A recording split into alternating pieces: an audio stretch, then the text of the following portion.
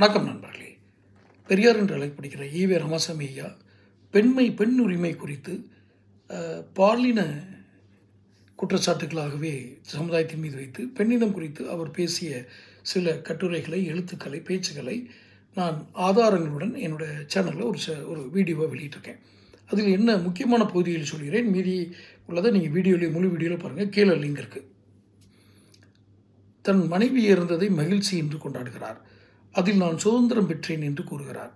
அவருடைய முதல் மனைவி நாகம்மையார் இருந்த பொழுது இவர் எப்போதெல்லாம் ஒரு விபச்சாரிகளுடன் ஆற்றங்கரையில், காவிரி ஆற்றங்கரையில் உல்லாசமாக கழிப்பதற்கு செல்கிறாரோ அப்போதெல்லாம் வீட்டிலிருந்து சமையல் செய்து அனுப்பிவிட்ட ஒரு மனைவியாக அவர் இருந்திருக்கிறார். அதைத்தான் அவர் பண்பு என்கிறார், தமிழ் பண்பு அப்படின்னு சொல்கிறார்.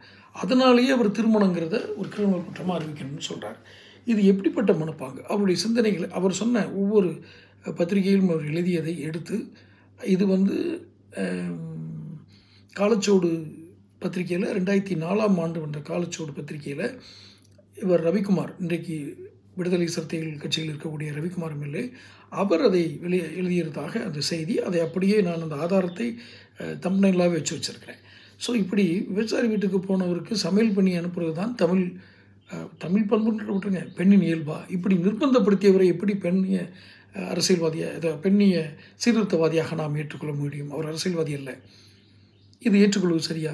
இதை வைத்து ஈரோட்டில் பிரச்சாரம் செய்யலாமா? யார் இன்றைக்கி இருக்கிற அந்த திராவிட மாடல் அரசு, அவர்கள் பெரியாரை தலையில் தூக்கி கொண்டு ஆடுவது இவர்கள் ஏற்றுக்கொள்வார்களா?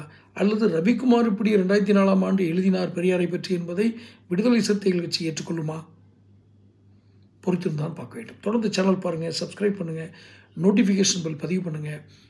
இதில் உங்களுக்கு வீடியோ திரும்ப கிடைக்கணும்னா அப்போ தான் உங்களுக்கு வீடியோ சேரும். பிடிச்சிருந்தால் லைக் பண்ணி ஷேர் பண்ணுங்கள். நன்றி.